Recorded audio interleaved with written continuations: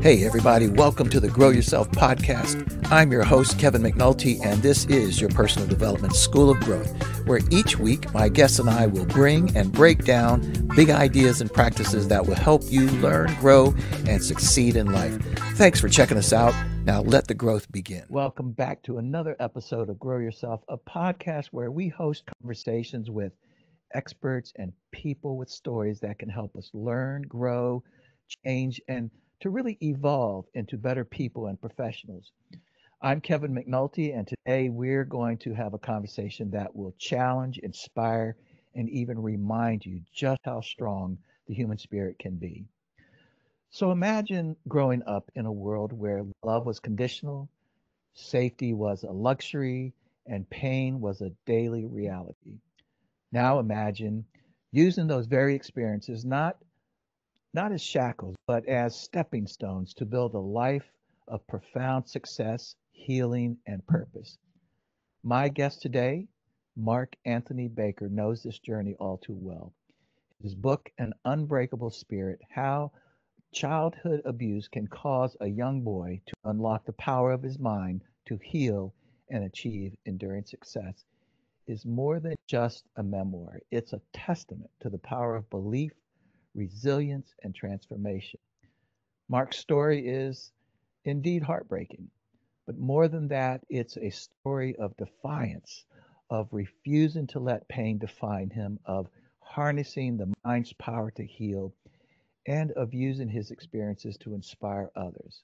Today, we'll explore his journey from a childhood of unthinkable abuse to becoming a speaker, a mentor, an author, and frankly, a man who has dedicated his life to helping others break free from their own limitations. We'll talk about how he rewrote his story, the mindset shifts that changed everything, and what we can all learn from his unbreakable spirit. So get ready because this is an episode that you won't forget.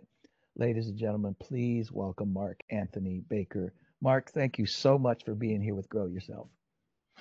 Thank you very much, Kevin. It's an honor to be here with you today. You know, we've known each other for some time. We met on LinkedIn, I think, and connected maybe 10 years ago, and you were having some struggles then, but I'm going to ask you about that later on. But you know, I I don't, your book. I've had a chance to peruse your book and look into it and read some of it.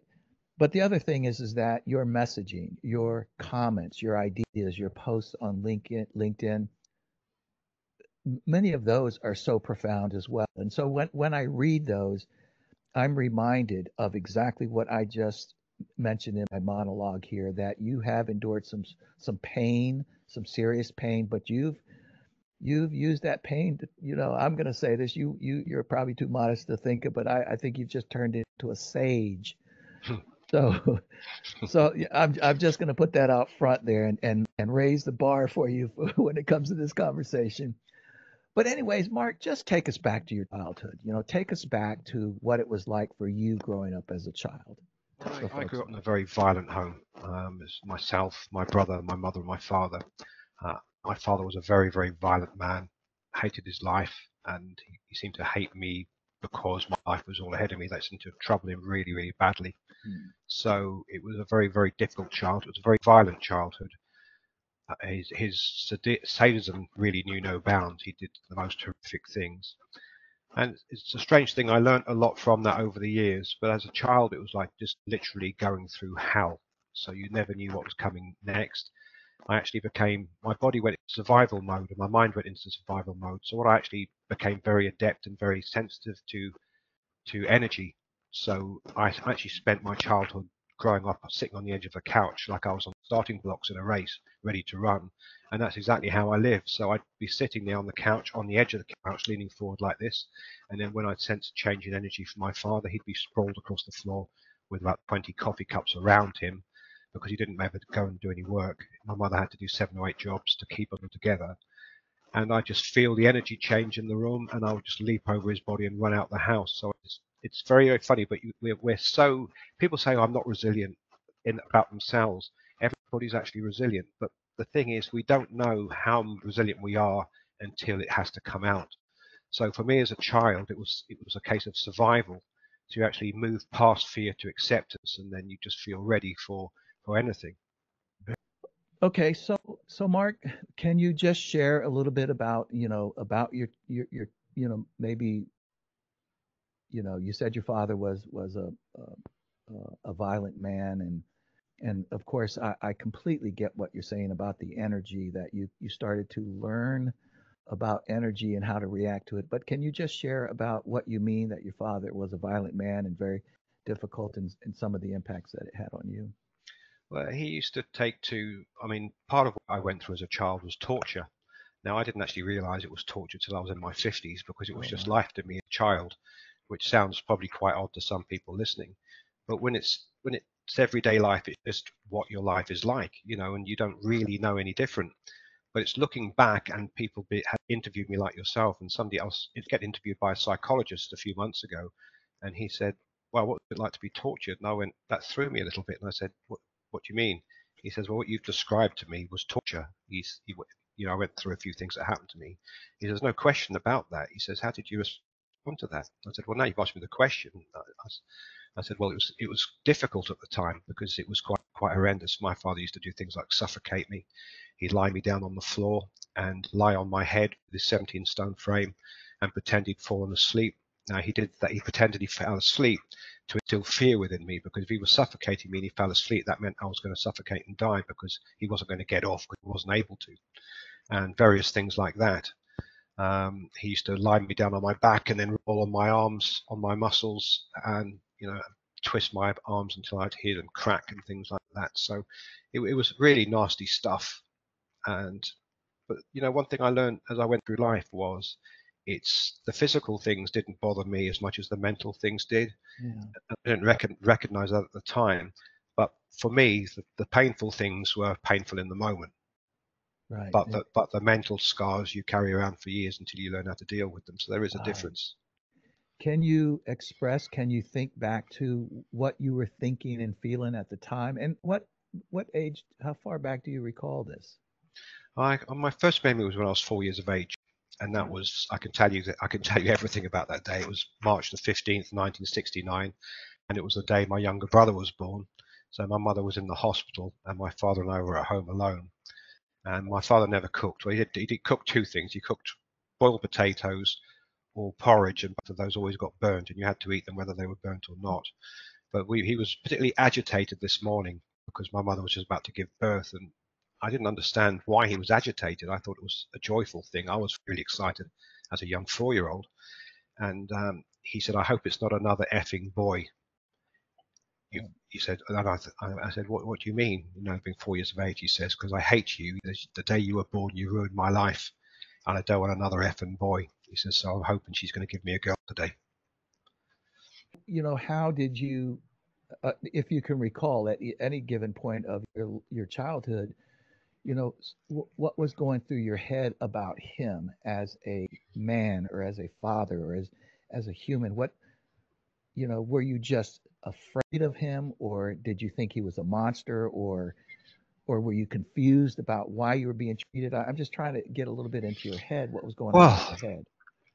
it was you move from different things. It's not just like he's this or he's that. It evolves over time. So for me, he really evolved into a monster because he got worse over time. And he was terrifying to be around because you never knew what was coming next. He could be really fine talking to you nicely, and then you just sense the energy change, and then you knew you were going to be attacked. So you couldn't relax ever, even when things were good. So you just didn't know what you're going to get from him. And a multitude of things triggered him. Various things, like he had affairs all the time. So if he was having a row with my mother over having an affair, then you guarantee he was going to be violent to the whole family, not including my brother. He never touched my younger brother, but I actually realized it was actually much worse for him because he was 4 years younger. Even though my father never did anything to him, he had to witness the two people he loved most in the world being abused and tortured and what have you, which did an awful lot of damage. For my younger brother, it was only the two of us, he never got over it. He eventually drunk and smoked himself to death at age 53 because he oversmoked, overdrank as a way of coping with what he'd witnessed through his childhood. And at 53 years of age, he was still there. He was still suffering in that way. So when he'd call me on the telephone, we were estranged. We weren't very close for understandable reasons, which I won't go into. But when he called, the only thing he ever wanted to talk about was our childhood. And I'd say, but that was years ago. And he'd say to me, no, that was yesterday. And and I realised what he meant by that, because it was still yesterday for him to actually witness that. So when he said it for yesterday, I got a pain in my heart. I've always been very sensitive, and I always really had, people have always got a big heart, but I feel things. So if my stepfather says something cutting, I feel it right here in my chest. It's like I've been stabbed in the chest. And that I felt a stab in the chest that day when my brother told me that, because I realized that he was still stuck in this moment in the past, and he'd never get over it. And unfortunately, we lost him 2 years ago. He just woke up one night and collapsed and dropped dead because of all the abuse that he'd given his body with the cigarettes and alcohol.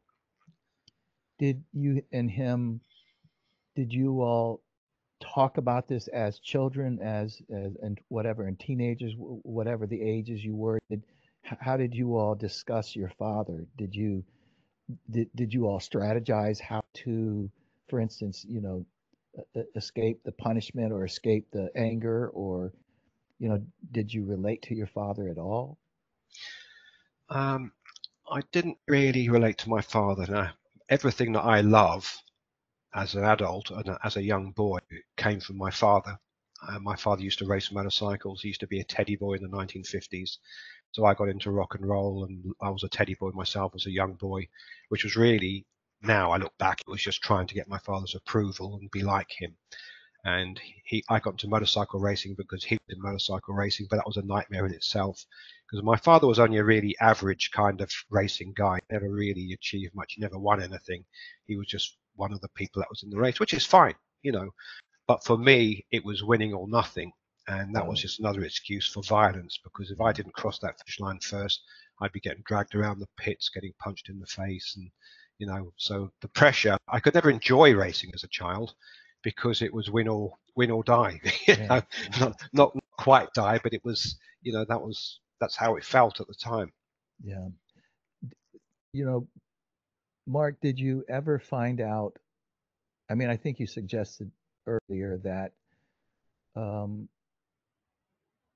you almost described your father maybe as jealous of you, that you still had your future ahead and he looked at his life as going nowhere. I think is sort of what you suggested. But I guess my real question is do you know why your father was this way? Well, I think there was, some people might find this funny, but I think there was a streak of madness on my father's side. My grandmother used to chase my grandfather around the house periodically with a knife in her hand, and it seemed to be one person in each family seemed to be like that. So unfortunately, my father's side of the family, it was him. Unfortunate for us, but he was very much like that. So I think it was something that he genetically carried with him from birth, from his mother. My grandfather was a lovely young man, a lovely small man, tiny little guy, but he was a workaholic. So in the summer, he'd get up with the sun and stop work. So he'd be starting work at 4 o'clock in the morning, and he'd work till 10 o'clock at night in the summer as a gardener. So he was a fantastic man, but grandmother not so much. Did you did you ever have meaningful conversations with your father? Anything that was not violent or sort of, yeah, just meaningful, good conversations, I guess. Well, I wouldn't go as far as good conversation. I mean, he said things to me that stuck in my mind. One thing he said to me when I was 20 years of age, he said, I don't believe in God. He says, but I do believe that heaven and hell are on earth, and hell is where you are now. Which is about as profound as he got, but he was right. It was definitely that. So, but that was said to hurt, be cruel. Like, you're in hell now. I know that's where you are, and that's where I want you to be. So that's about as profound as he got. It's very hard to have a deep conversation with somebody because that hurts you so much, because the respect's not there. So you're not really interested in what someone has to say to you if all they've caused you is pain all of your life. So that wasn't something that we had, unfortunately. So, it's amazing to hear this. May I ask, how this impacts your perspective now? You as a father, I know you have two girls and you're married, and you know, did you have to fight these demons to be a good father and to be a good husband, if you will? I didn't have to fight these demons to be a good father, and that's not to put myself on a pedestal in any way or something. But No. I can remember very clearly when my first child was born. My oldest daughter's Chloe and my little daughter Robin. And I can remember I went to this fear panic mode when my daughter was born because I had no role model. I had no role model to look up to say, or even go to and say, what do I do about this? What do I do about that? And then I had this moment of reflection, and it suddenly just hit me. All I had to do to be a good father to my daughter was be the opposite of my father, Oh, wow. and when I realized that, everything just fell into place because all I had to do was the exact opposite of everything he'd ever done, and I'd be halfway there to begin with. So that's exactly what I did. That's fascinating. I mean, it really is from the standpoint that it's not the type of manual that you want, but nonetheless, it's kind of scripted for you. As you said, just do the opposite and you'll probably do very well. Fascinating. Mark, what at was there, or I should say, at what point did you begin to realize that you had the power to change your story? Did you realize, first of all, did you realize this any, did you at all understand this as a child or as a teenager or adolescent or whatever? Well, as I said before, mind and your body goes into survival mode Yeah. because you're subjected to extreme trauma. So your mind dips into the depths of itself to help you survive. And I remember doing lots of things that I thought nothing of at the time. Now, one thing I used to do is, from a child, I used to imagine that for some reason, I imagined that life was going to be fantastic when I got to 20. I don't know why. I don't know where that came from, but that was a decision I made as a child. So the decision I made was to try to sleep my way to that point in my life, being 20, as quickly as I could. So what I used to do was I used to go to bed about 6:30, 6:45 at night every day. And it's quite hard to go to sleep at Yeah. 6:30, 6:45 when you're a teenager with raging hormones and everything else that's going on in your body. And it's a difficult and challenging time for every teenager, as you know. But what I used to do was, because I didn't have anything to do and I couldn't sleep, I just used to go into my imagination. And there was two things I used to imagine. One, I used to imagine dirt bike racing, and I hadn't started dirt bike racing at that stage. And I used to go walk the track and just walk it and imagine racing in it one day from about the age of 6 or 7. And then when I got to this stage with the abuse and I used to go to bed early, I used to visualize every single night winning races.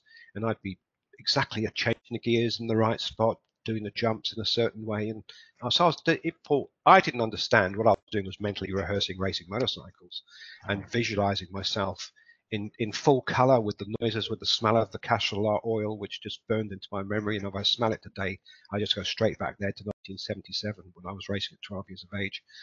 And another dream I used to have, another vision I used to have was of the future. And this is how I knew I was going to be okay, because I used to imagine myself with this beautiful woman lying in bed next to me, which was my wife. Next to her was my toddler with her hair. It was a little girl, by the way, with her arms flailed over her head.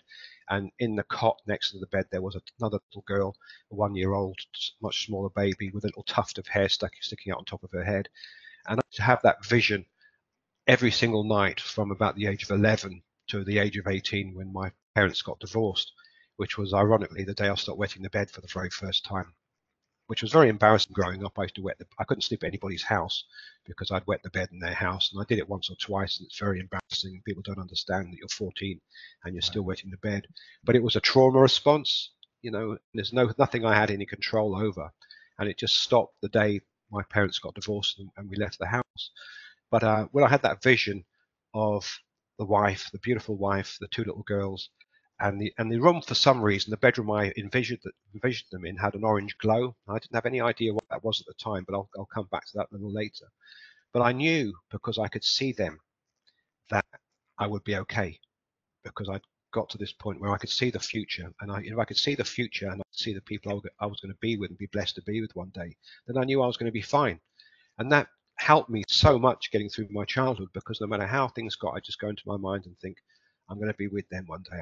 Every day I'm getting closer and closer to them. And that's really how the mind functions. And I didn't understand any of this that I was doing until about the age of 11, because my mother, as I mentioned to you, had several jobs, and then one day she came home on lunchtime after going to one of her jobs, 7 of which, and there was this brand new Daimler Sovereign. I don't know whether you're familiar with the car in the States. It's like a Jaguar, but like a different version of a Jaguar.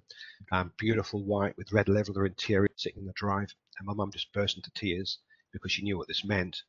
And she went to the house and said to my father, she said, whose Jaguar is that? Daimler, sorry. And he says, it's mine. He says, and he gave her the pay book for the finance. He said, no, you better go and get yourself another job to pay for it. And she did. So she had to do that. So that's what it was like. So, but those 2 visions, actually dragged me through my future. Yeah. And the odd thing was that there was one time my father was always having affairs, and he'd make my mother iron his shirt before he'd go out and see his lady friends, what have you. I decided that I was going to go and see this woman because I thought if I appealed to her that, a child on the door trying to say, don't split up my family, I thought that would be good enough reason for any human being. I didn't really realize there were people that wouldn't accept that. I rode up on a little motorbike without any lights in it, in the pouring rain in a storm, and I pulled up outside her house. I nearly hit a car on the way there in the dark because there's no lights in it. There was a competition motorcycle. And I knocked on the front door and I said, will you please stop seeing my father? You're breaking my mother's heart. And I thought she'd say something along the lines of, oh my God, I had no idea. I'm so sorry. I'll never see him again. But she looked at me in disgust and slammed the door. So I got back on the motorcycle, and as I was riding home, I passed my father coming down the other way. And then I got home and jumped into bed and forced myself to sleep because that's what I used to do. And then something strange happened to me. I felt like I didn't know what a heart attack felt like. I was 11 years of age, but I felt like I might be having a heart attack because I could just feel asleep, my body going into shock. And what it was, my father had been to see this woman, and she told him that I'd been there straight away, interfering in her life. So he shot back in his car and tried and kill me. So he was like beating me in my sleep uncontrollably. And then it took me a while to grasp what he was doing to me because my body went into shock and I had no idea what was happening. And then I just remember opening my eyes and I saw this vision of my wife and my 2 children. And the more the blows came, I always imagined them in bright color. This beautiful wife and these little girls in the bedroom with the orange glow. But the more he hit me, and the more that my life was coming closer to probably being extinguished, I noticed that they were turning into black and white, and their image was starting to fade. Oh my. And I realized in that moment that I was probably going to die, and I was losing them. I was never going to see them. And that makes me feel a little bit emotional because I can remember that moment as if it was yesterday. And then something happened to me. I was a very small boy, 11 years of age. My father was a big man, and something happened to me, and I just pinned to the bed. And this roar came out of me, and I literally leapt forward out of the bed, and I knocked him backwards with this power that came from my body. I just was right up in his face against the bedroom wall, and I just stared at him. I never tried to hit him or anything like that. I couldn't actually imagine ever hitting my father. That would be wrong. I couldn't do that. I couldn't hit someone that I loved. Not that I was a violent person anyway, which I wasn't.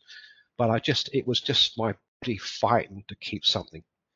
And I remember the look of shock on his face that I'd actually got him in that position, and I was so small and he was so big, and he was quite taken aback by that. But it was like survival method, the strength that comes in. And you asked how I actually became aware that I could actually change my life, and that all really came about was, I'll just go back slightly because I didn't know, because I was told, my father used to tell me every single day, you'll never amount to anything and no one will ever love you. So you're coming from a place of weakness because this, the trouble is beliefs. This is something I've studied for 30 years. Our parents and teachers, for example, and siblings are authority figures in our lives. So if your father says something to you during the imprint period between birth and 8 years of age, because you've got very little ability to rationalize, whatever he says to me, or whatever any father says to any child at that age, we accept it as the truth. Yeah. And once you accept it as the truth, it becomes a belief. And once you accept it as a belief, it becomes a driving force in your life. And it will either take you to great places, depending if it's an empowering belief, or it will destroy your life if it's a limiting belief, if you don't know how to get past it. So I was full of these limiting beliefs. And it took me many, many years to get over them. And through studying belief, which is quite a complicated subject, which is how I ended up helping people change beliefs. But that's where I was. And then, like, as I said, I wasn't actually aware of any of these things I was doing because my opinion of myself was so low. I had absolutely no self-belief in myself whatsoever. And for my father to hate me, I must have been nothing. That's how I rationalized as a child. So if I discovered something to do with the mind, I just imagined everybody felt that or everybody knew that because I was nothing special. But I'd actually tapped into something quite remarkable. And when my mother took on that unfortunate eighth job when she had that car to pay for, she was actually working for a Holocaust survivor by the name of Noah Finch. And he knew what was going on in my family because he'd seen my mother with black eyes and bruises, and so he talked to her. And he couldn't do anything about it because in the 70s, the police weren't interested in domestic abuse. Right. The only time they were interested was if it was upsetting your neighbors, then you were in trouble. But apart from that, you could kill each other as long as you did it quietly, which was basically the world that we lived in. And I found this secret garden. Well, I thought it was a secret garden in Noah's house. I just brushed by this hedge and I just noticed there was a little gap. So I went, squeezed myself through it, and there was all this ornate garden furniture and stone benches and little trees. And I used to go every time. I asked my mother to go with her to this house, and I'd sit in the garden and I would just visualize. And when one day I felt a tap on the shoulder, and this gentleman, Noah Finch, came and sat next to me. He said, "Do you mind if I sit next to you?" I says, "Not at all." He says, "I'm just watching you with your eyes closed and you're gesturing and you're doing things. Do you mind if I ask you what you're doing?" I said, "Well, it depends." I said, "Sometimes I imagine I'm racing a motorcycle, so you're probably seeing me race that around." And the other thing I'm doing when I'm probably a little bit more quiet is I'm imagining my future and my wife and my children safe in the bedroom in this room with an orange glow. And he says, "Do you know what you're doing?" I says, "Well, I guess I'm just using my imagination." He said, "Well," he says, "you are," he says, "and that's something you should always cultivate," because he said it's always knocked out of children. He says, "But with the school system," he says, "to go a little bit deeper with that, you're doing something called visualization." And he says, "Visualization is a very, very powerful tool because you can actually create your future." He says, "I'm a lawyer, but I've been a student of psychology for 30 or 40 years." And I asked him, "Well, why did you get interested in psychology?" He says, "Well, I was in the concentration camps." And I said, "Well, I had a vague idea what a concentration camp was, but at 11 years of age, I'd never really been interested, never really been exposed to it." And he said to me, I got involved in psychology because I met this amazing man in the concentration camps in Auschwitz. I was moved around to several camps, but it was in Auschwitz that I met this man, and I was with him for a short while before he got moved on and I got moved on. And I said, "Who was the man?" And he said, "Viktor Frankl." Oh my! And I had no idea who Viktor Frankl was at 11 years of age. Yeah, But sure. he explained to me who he was, and he told me these most insightful things. He said, "Viktor Frankl, he's taught me things about the mind, and this is why I want you to know, because I'm not likening what you're going through to being in a concentration camp, but the effect on the mind can be just as bad as the concentration camps because trauma is unique to individuals. So Yeah. somebody can be triggered by something as a traumatic event, which is not a fraction of what somebody else is experiencing. But so there's no real rhyme or reason as to why that's the case." He says, "But what Viktor Frankl taught me was we'd sit on a bench and we'd watch these people going by, and he'd say, 'That man's not going to survive. That woman's going to survive. That man will survive.' And I'd say, well, how would he possibly know that?" He said, "Because you can tell by the way they hold themselves, by the way they talk." He said, and I said, "Well, why would you know that?" He says, "Well, I used to talk to them," he says. And he said, "If I met a man that thought his wife was dead and his children were already dead, then he had no reason to live. He just wanted to die. But if there was a man, if he knew another man that walked around quite strong or looked totally different in his body language and behavior," he said, "and I spoke to him, he'd say, 'I know my wife and children are alive, and I'm going to get out of here and I'm going to get back to my wife and children.' And your desire to get back to your family is so strong, you'll go through any ordeal that's put in front of you." And he said, that's something that you need to understand." He says, "The power of visualization," he says, "you must never stop doing that." He says, "because what you're doing is," he says, "without any exaggeration," he says, "you've probably saved your life by what you've discovered for yourself."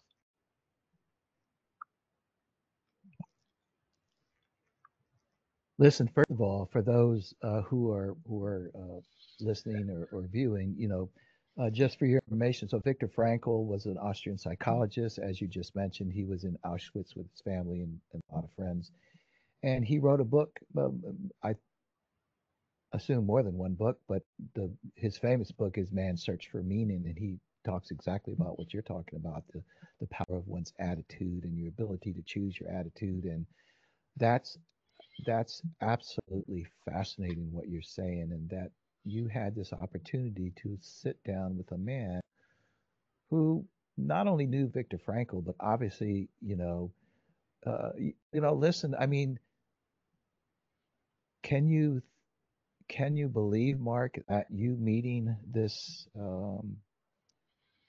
man was anything but an intervention from God and the spiritual world? I mean, that's for me. I think to myself, who,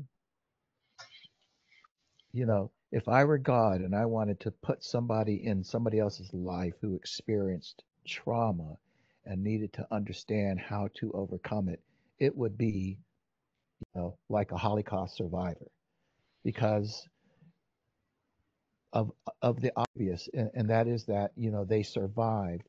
And the other thing that I heard, and want to ask you about this, by the way, I've interviewed a gentleman named Lee Ellis who was in the POW camps in Vietnam for 7 years, along with Stockdale and John McCain. And interesting enough, he spoke exactly about the same things that you just spoke of. And the key operating word, and even though you didn't say this, I'd love for you to speak on it. The key operating word is that you were able to develop and generate hope. That hope was an enduring principle that you had to live by. Yes? Oh, absolutely. It's and going back to Viktor Frankl for a second. I mean, I didn't know anything about Viktor Frankl Right. when he talked of him. When he talked about him. I was 11 years of age. It would be actually probably 10, 12 years later before I actually found the book and read the book, and that was a profound moment for me, Kevin, because as I read the book, I recognized a lot of things that Noah Finch had said to me that which are actually in that book as well. And I was blown away by that because now I'm old enough to comprehend That's right. what kind of person Viktor Frankl was, whereas as an 11-year-old, I didn't even know who he was or what he was or if that ever meant anything or anything because, I was deep within my own troubles and I was just too young for that at that time.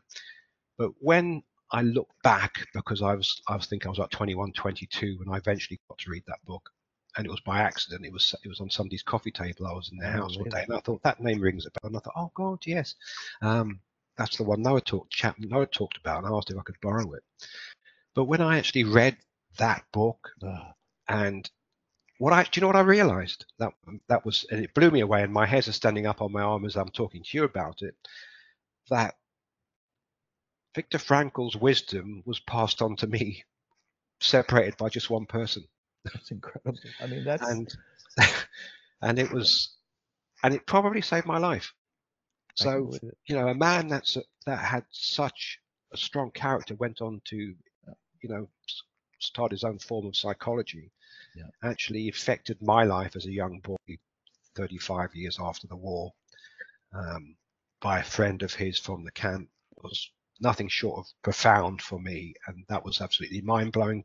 I felt I could almost touch him when I was 22 years of age, because he'd certainly touched my mind indirectly, which I was amazed by that. I mean, it's incredible. And again, having read his book and really studied a bit about Viktor Frankl, I even talk about him in some of my workshops. But even at the time before he went into Auschwitz, my understanding is he was a notable psychology. Even then, it wasn't just his experience in Auschwitz that made him profound. He was profound going in, and even more profound, of course, when he wrote the book and sort of discussed his experience. So, Mark, where did everything change for you? I mean, beyond your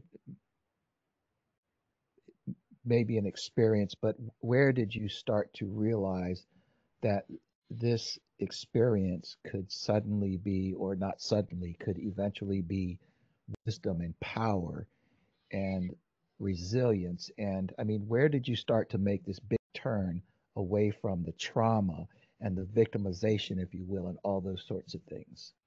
Well, that turning point for me was, thankfully, and I do thank God for that, was Noah Finch, Okay. because he made me consciously aware of things that I was doing unconscious that I would never been consciously aware of otherwise. And therefore, if you're not consciously aware of something, you can't systemize it and use it to your benefit. It's kind of, it's a hit or miss kind of thing, because you'll do it, but you're not really aware of what you're doing anyway. So, but what he did was he made me consciously aware of things I was doing and made me realize that this was a gift from my mind and a gift from God, where he actually said, and he said, you can transform your life using these tools. And he taught me the mechanics of them. And he said, you can use this, to actually change your life. He says, to be honest, he says, you've done that already. And then one day he said to my mother something which she didn't quite understand, and she looked a bit confused. I remember he says, would it be okay? He says, I'm having some friends over to my house on Saturday evening for dinner. He said, would you mind if Mark came to dinner? And she says, well, I haven't really got anything to wear. He says, no, not you, just Mark. I just wanted him to come. So my mum says, well, a little bit put out, I think, in that. But she said, okay. So she put me on my Sunday best little suit to go and see him. And I sat down there, and it was all men for the dinner. There was only men there. There was 5 or 6 of them. And he said, and they were all into psychology, and some of them were psychologists and psychiatrists and what have you. And he got me to stand up and tell them my story, just as I'm telling you today. And I just remember looking at him, and he was so, I could see him beaming with pride, which actually made me very emotional, because I'd never had somebody look at me with pride before, and that kind of touched me on so many levels. It was very, very emotional. I was trying to keep it together, because he'd nod at me and smile, and it was just like this warm, loving smile that I'd never seen. I'd never seen something like that, and it actually caused me to, from that point onwards, for many, many years, even into my late 20s, probably mid 30s, I always used to look at men that are older than me as father figures, because I'd never really had a father myself, or in my heart, I'd never really had a father myself. So I was always looking. It was quite, because I always had this kind of strange relationships with men. I'd be looking at them as kind of a dad, and they weren't looking at me as a son. So, that's a dynamic. So that's quite weird itself. But he was. I just remember this approval and this nodding and this smiling. And the more he nodded and smiled at me, the more I wanted to impress him. And the next, after the people there, the dinner went, and they took me home and what have you. And the next day I saw him at the house. He just walked me around the garden with his hand on my shoulder, tapped me on the shoulder. He said, I wanted you to do that. And I said, do what? He said, I wanted you to stand up and speak. And I said, why? He said, because that's going to be your future. And I said, what's going to be my future? He says, you're going to help people with the spoken word. He says, I want you to promise me you're going to do that. Not for me, he says, and not even really for you, but for them, he says, because we were talking about you after you left last night, and I had been assessed by a psychiatrist at some stage after that, and they said the same thing. He says, but they were unilateral in agreement that we were discussing, he said, we were discussing the fact that people either get destroyed by abuse and trauma, or they are freed by it. And some people become victims, and they're stuck there their entire lives, and their lives are ruined, and they never get past it, because that's how they process it in their mind. And they all said they came to the conclusion that you've developed high levels of wisdom through trauma, which is something, 11 years of age, I had no idea what that meant. I told you were a I had no idea what that meant. And I don't say that to be smart, because I'm just saying it to share with you, because of the profoundness of the moment. And it's useful to hear things like that, I think, sometimes, because, and I say that not because I think, oh, I'm amazing, I've developed wisdom through trauma. I say it because there's lots of people that are going to be listening to this that are going to be suffering from their own kind of trauma. That's right. But they don't have to become a victim of it. They can become wiser for it. They can develop wisdom for it. So, for anybody that's listening to that, please know that you don't have to become a victim. You can liberate yourself, and it's a very fine line. It's a very fine line, and it's also a choice, because we are all resilient. People don't think they're resilient. I hear people say to me all the time, I don't have any self-resilience. And I say, well, everybody's resilient. Have you been through trauma in your life? And they'll say, yes. Have you been through really awful experiences? Oh, yeah, of course I have.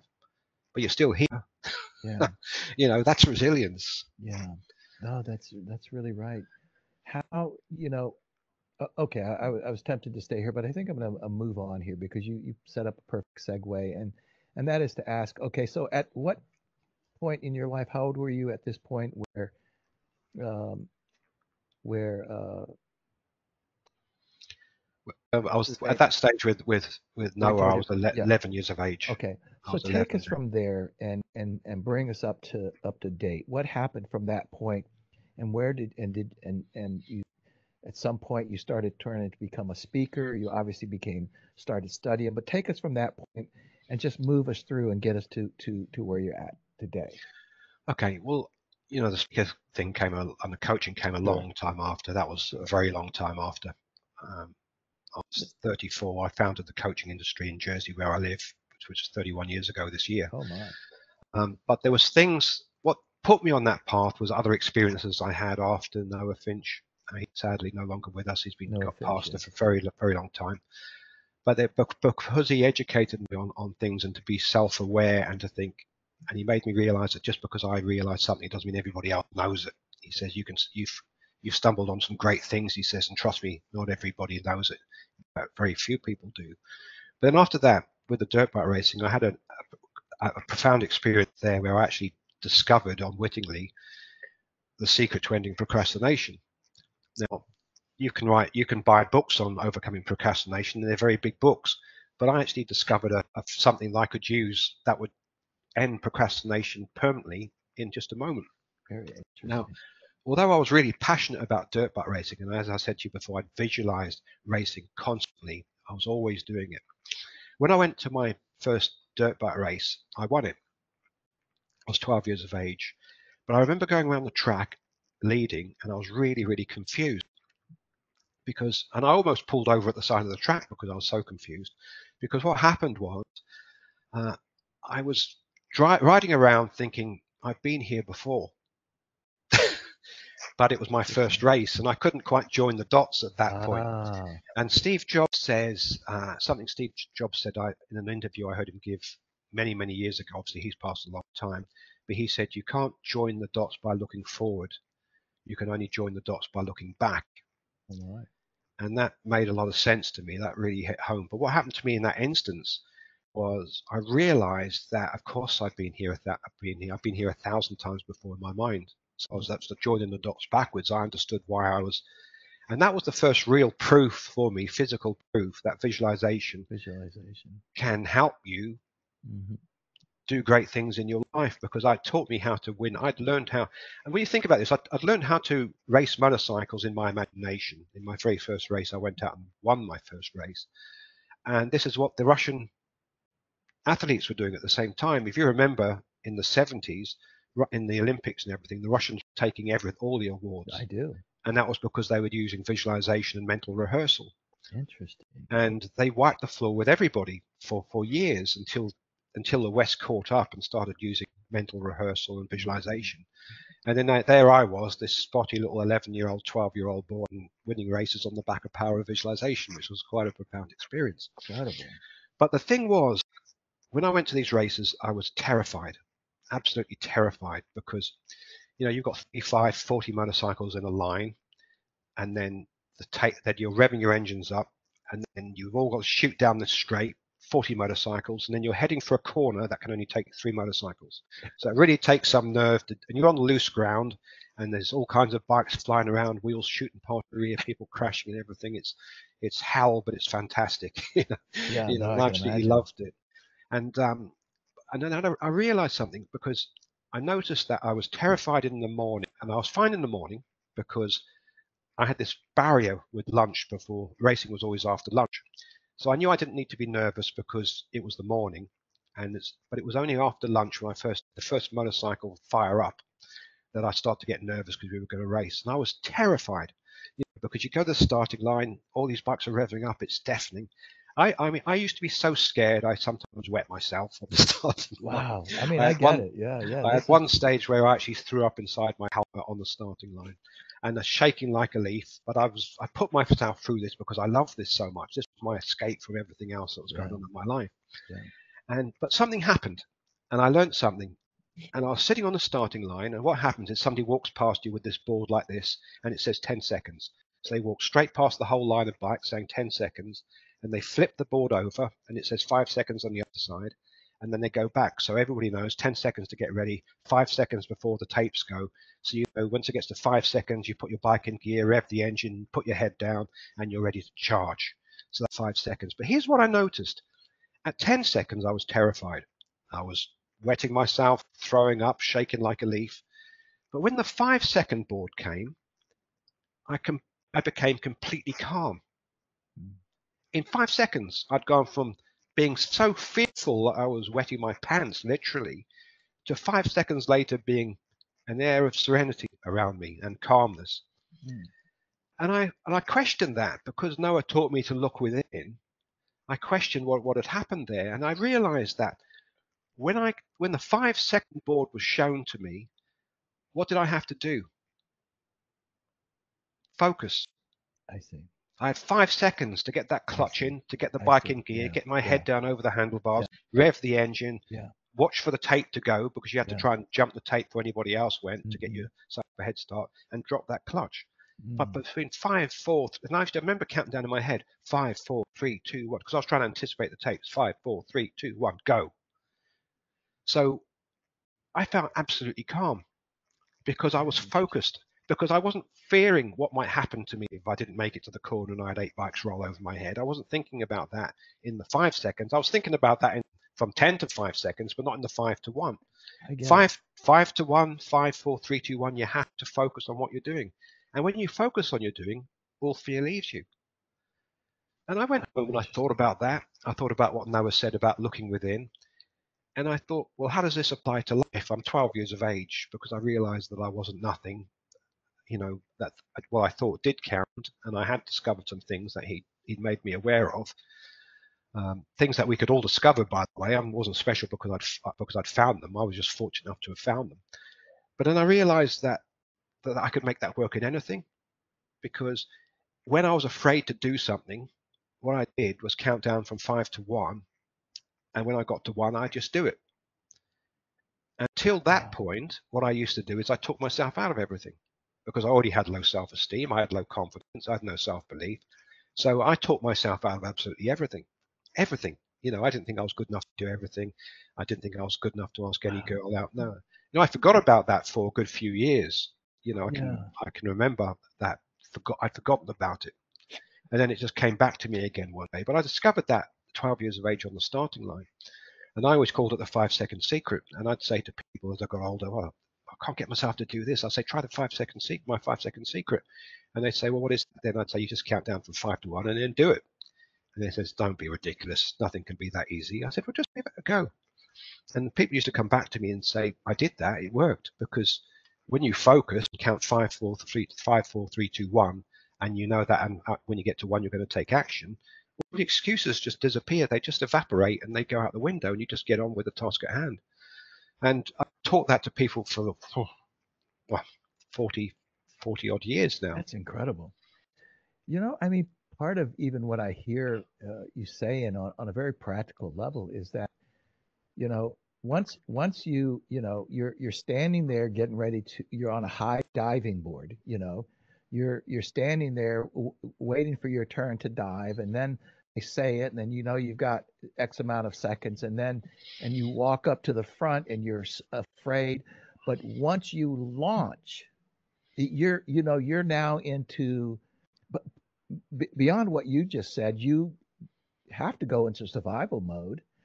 It's an instinct that, okay, I've launched, I've jumped off the diving board. Now I need to make sure that I land correctly. I mean, it's a similar concept. It seems like that once you But it's get before close, that.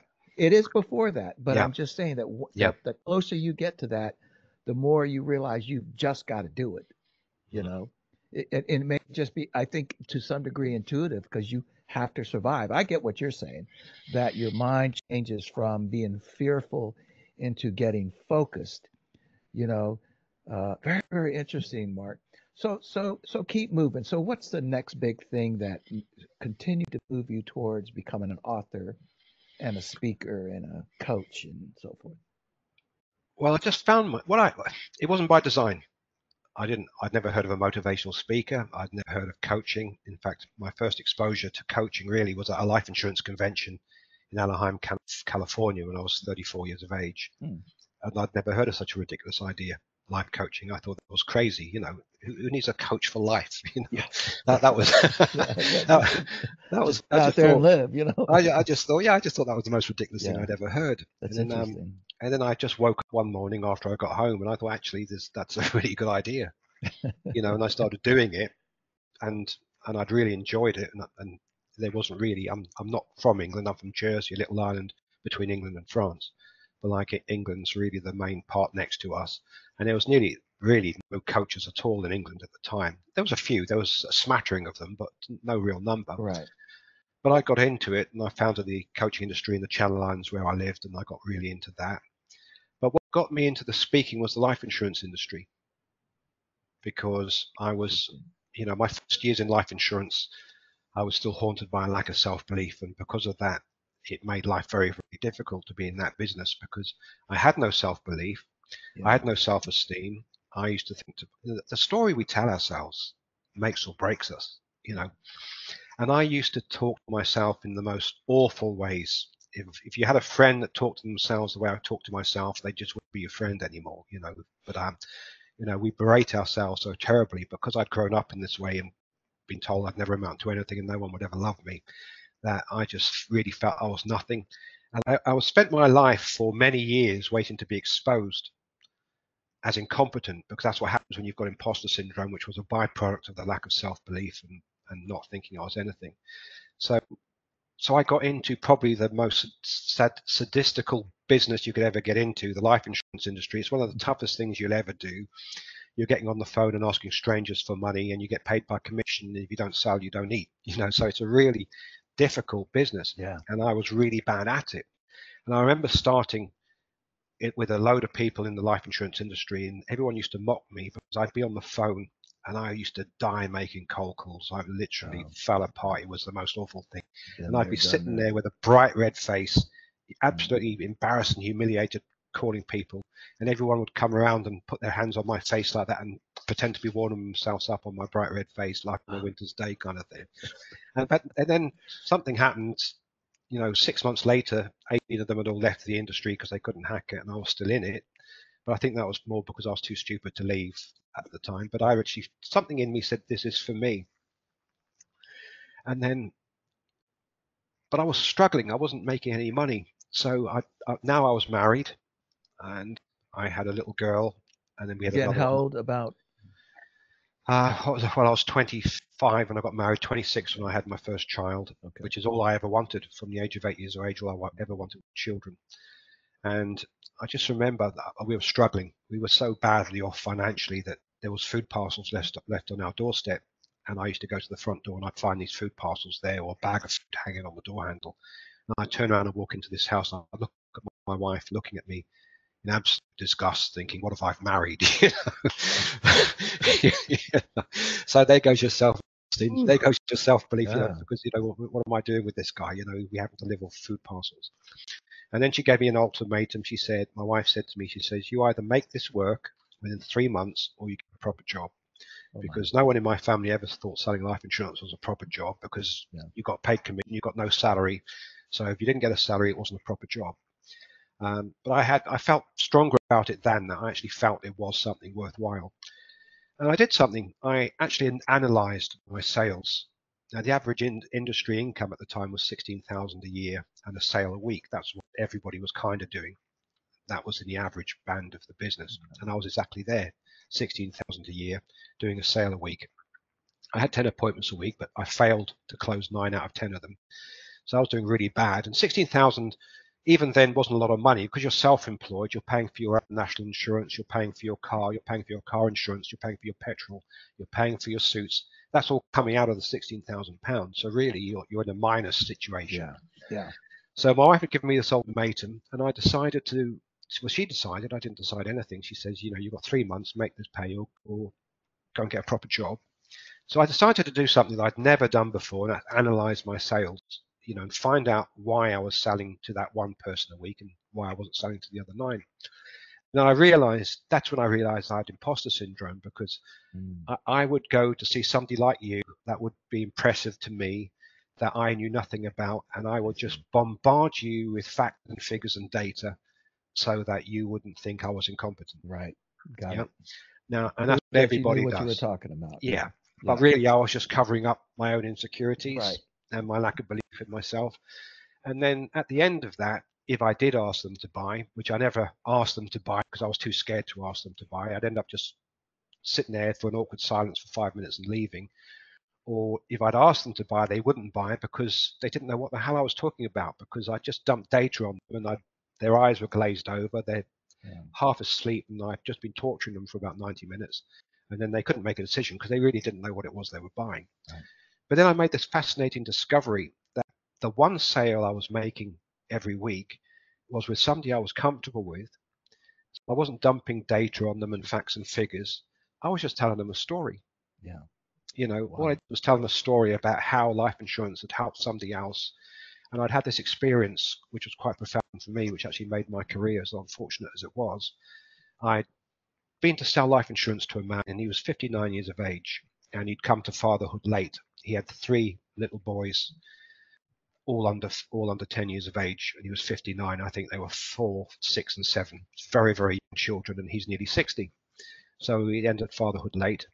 And I went to see him, and I said, what happens if to your children and your wife if anything happens to you? He said, Mark, he says, don't do that. He says, because I think about that all the time. He says, I don't earn a lot of money. He says, all my income pays for my children to have a private education. Then the bit that my wife earns, we eat with and pay the bills with. He says, but I do worry about that. I says, well, there's something I can do for you. I can put a policy in place where something does happen to you, then your wife can live off the capital sum on the interest, replace your income, and then your children don't have to come out of school, which they will do if something happens to you right now. You won't lose your apartment or anything, and they'll be able to have holidays, and they'll still be able to have the life that you have together now. He says, that would be a dream come true. He says, but I don't have any spare cash. So we'd gone through the figures, and it worked out at £90 a month, which is about $130, $140. And he says, Mark, I can't afford that. And I said, but you can't afford not to have it. Because if you die, everything you're doing for your children, and it wasn't a hard sell for me, it was just common sense. Everything you're doing for your children, or you want for them, is going to die with you, because there's no one else to do it. And that's one thing I learned about being a father, is when I started being a father at that young age, is that no one else is coming. No one's coming to rescue you. It's down to you. You've got to do it. There's no point in waiting for someone to leave you money or this or that or whatever. It's down to you. And that's really a metaphor for life, really. It's down to you. No one's coming. No one's come to rescue you, Kevin. You've got to make this life work, or die on your sword by your own design, because no one's going to do it for you. That's right. So I spoke to him about this, and he agreed. He spoke to his boss, and his boss gave him an extra 2 hours work a week, which would cover off the premium.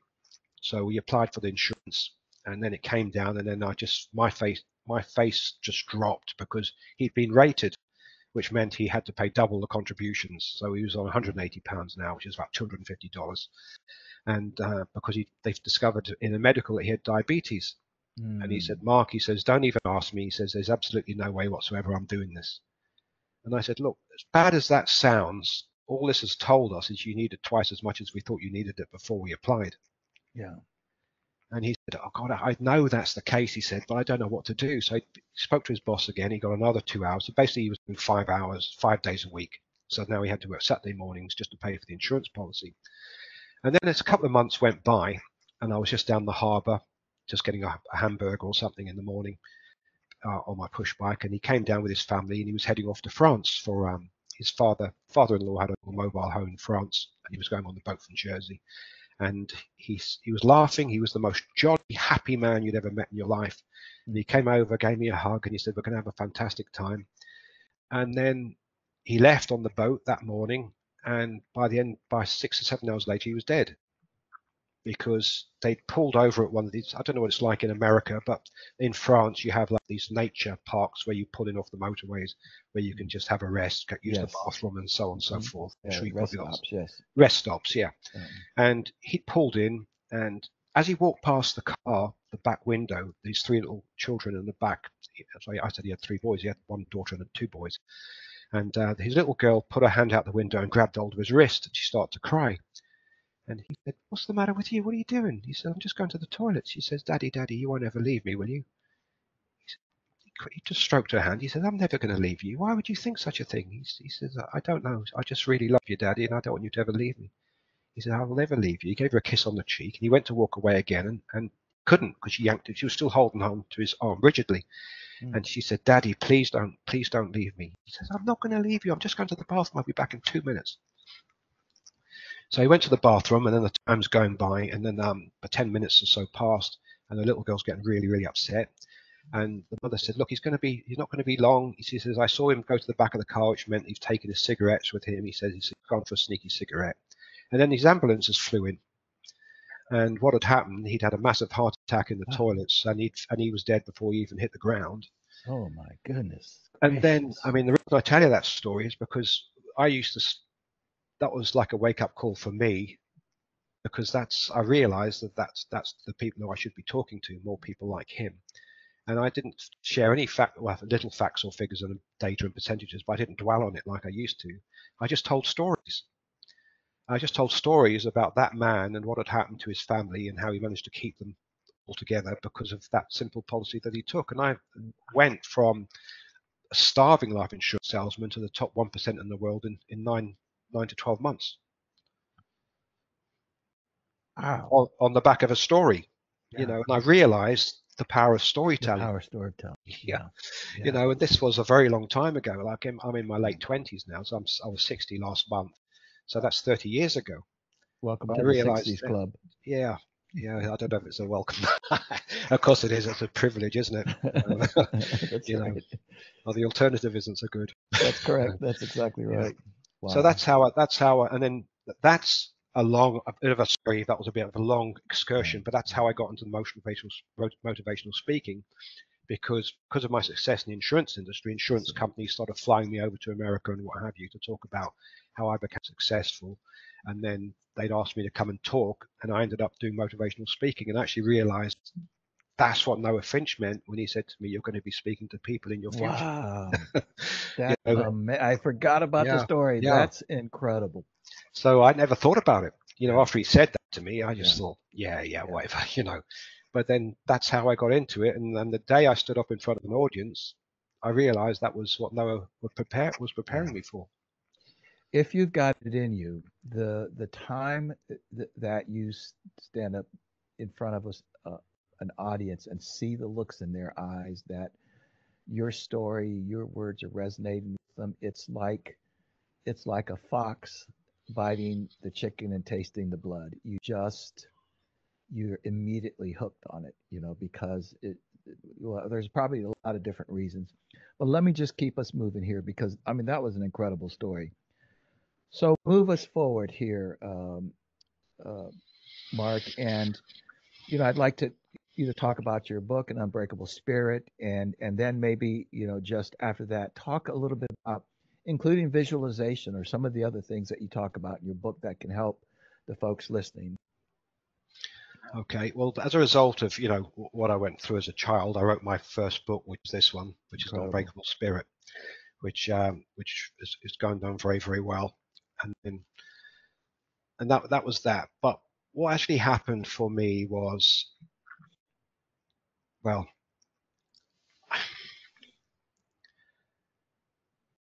the book really got a lot of good reviews, and I was very happy with that. But I actually realized that the letters and the emails I got from that book was unbelievable.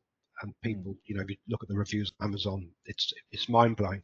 And it's not as something to feel big-headed about anything. It was just very humbling. It had the opposite effect on me, because I wrote the book. Everyone used to say to me, was that book cathartic for you? You know, and I wasn't even sure what cathartic meant when people used to say that to me. And now I realize it was a kind of healing because you wrote it. Yeah. And it wasn't really, because as I wrote the book, I realized that I wasn't affected by those things anymore anyway. They just didn't affect me. I'd managed to get myself to a stage in life where nothing had happened to me that bothered me. Oddly enough, about an hour before we came on the call today, I mentioned she had to go and collect my wife from work because she'd fainted, and I brought her back home. And she was watching this period drama. And I'm in the background setting up my podcast with you, and I'm listening to the series she's watching on television. And there was this guy that his father hated him but loved his brother. I don't know what it's called, the period drama. And he's with his wife, and he said, it goes back, a flashback to his father talking to him. He says, "You'll never amount to anything because you're totally unlovable." And when I heard those words, it was like I was 12 years old again. And I just felt my eyes well up and a tear ran down my face, because, you know, something like that you're told so young, it doesn't really, you might be fine, and I am perfectly fine, but there's still those little bits, the little chinks in the armor where it'll bring something back up. And that was quite profound. And then the next thing that happened was, he was lying in bed with his wife in this thing. I'm just listening, and I'm sitting on my computer here, so I could chat to you. And he said, "Do you love me?" And she says, "Yes, of course I do." And he said, "But why do you love me?" And then it got me again, because that happened to me as well. Because I remember I married this most beautiful woman, and I remember being married to her, and I'd be lying there looking at her distressed, and I'd tap on the shoulder and I'd say, "Do you love me?" And she'd say, "Of course I love you. Why are you asking me that?" I'd say, "Well, yeah, but why do you love me?" Because I didn't understand why she loved me, you know, because I was told that I was unlovable and I'd never be anything. So those things go deep into our psyche, but it doesn't stop you moving beyond them. You know, you can move beyond them. You just have to accept the fact that there's going to be something that's going to trigger something, a little something in you. It doesn't have to stop you. You know, I used to believe when I was younger that I used to set out with big goals to do things with very little self-belief. And as soon as I hit an obstacle, I think, obviously, this isn't meant for me. Now I've come to understand that obstacles aren't reasons to stop. They're things to overcome. You know, and we move over them, and we move forward, and we never stop. And, you know, that's all life is knowing that you cannot stop. You just have to keep going. And the truth of the matter is, I used to think that everyone was happy except for me. I used to think, because of what happened to me, that everyone else was living these joyful existences. But what I understand now is that life is difficult for everybody, and we're all really exactly the same. You know, we all go through the same things. We go through illness, we go through death of loved ones. You know, we're really on the same journey. There's very little variation in front of it. We'll have businesses that go bankrupt, and we'll lose friends, and all of those things. We all share this as a common bond, if you like, because it's going to happen to every single one of us. Yeah. So, you know, that's part of what I learned from all of this. So far as the book's concerned, I mean, we've talked about a lot of the things that happened to it, but one thing we haven't talked about is, you know, I've got to a stage in my life going back a few years now where I was perfectly happy. I'm perfectly happy now, but I had my wife. But I must share something about you with the vision. I was out selling life insurance one night to two aging hippies. I think I told this to you last time. And I was sitting in this room with these two aging hippies trying to sell life insurance, and they're smoking hash the entire time. And it's getting harder and harder to try and sell them life insurance. And normally I'd be getting irritated by that, but for some reason, unbeknownst to me, I was just really chilled out, and it was okay, everything was good. I wonder why. Yeah, I eventually got home about 11:45 at night, you know, with a sail under my arm, and I walked into the bathroom and I got changed, and I walked to the bedroom door, and I opened the bedroom door, and I just felt paralyzed at the spot, and I just started to shake and tremble, and I felt every single hair go up on my arm, on my body. And I started to weep gently, and I was thinking to myself, am I having a nervous breakdown or something? What's going on here? And then I just looked, and then in the bed was my beautiful wife with her long hair strewn across the pillow, this little toddler girl lying next to her with her arms flailing above her head, and next to them was a cot with this little 1-year-old little girl lying in it. And I'd seen this scene dozens of times. But what had changed this one night was the fact the room was bathed in an orange glow. Do you remember what I said to you about the orange glow when I told you about this vision before? And what had happened that day, my wife had been to a baby shop and she bought a soft glowing orange lamp so that when I came in, I wouldn't, because while I was coming in, I was waking everybody up because I couldn't see what I was doing. So she'd bought this soft glowing orange lamp so I wouldn't come in, kick the cot, kick the bed and upset everybody and what have you. But because of that orange glow, it had triggered that vision that I'd had for all of those years. And I never understood what the orange glow was. And that vision, when I realized that it had come to pass when I was watching them in their bed as I stood there weeping like a baby, I realized that that wasn't similar to the vision I'd had. It was exactly the same as the vision I'd had. It was the exact thing. Nothing was different. The cot in the corner, the bed, my toddler daughter had jumped into bed with my wife, and the room was bathed in an orange glow. And that just sends the hairs up on my arm again, that keeps happening. But that's what got me through my childhood. That vision got me there, and that moment that happened, and the moment I looked in that orange glowing room and saw them lying there, for the first time I realized I was home and I was safe. That's incredible. How does that happen, Mark? Can you explain it? Well, what did it say in the Bible? Without vision, the people perish. Yeah. And I think vision is the key to a successful life. And visualization is really a preview of life's coming attractions. Because I was doing all kinds of stuff with it. What I used to do is I was doing all kinds of things right, but I was ignorant of why I was doing them. And what I used to do was visualize before I went to sleep. And when you visualize before you go to sleep, this is an answer to your question, why does this work? It works because if you visualize as you're going off to sleep, your brainwave cycles have gone down to the alpha level, which is 8 to 12 cycles per second from beta and theta, so it's a much lower range. Now, if you notice that when you say, I'm going to do this or I'm going to do that in a conscious awake state, you get that little voice in your head saying, no, you're not, Kevin. You always say you're going to do this. You never follow through, so on and so forth. We all get those little voices negative telling us things in the back of our ear, and everybody listening has had that experience as well. But if you visualize as you're going off to sleep, you bypass conscious interference. So you don't have that voice saying, you can't do it. So what you're doing is you're directly talking to your subconscious mind and you're impressing what you're visualizing. So I was going off to sleep with my brainwave cycles slowed right down to the alpha level, and I'm impressing this vision of this woman with these children in this orange glowing room. So it just really had to come to pass. That's how visualization works. I see.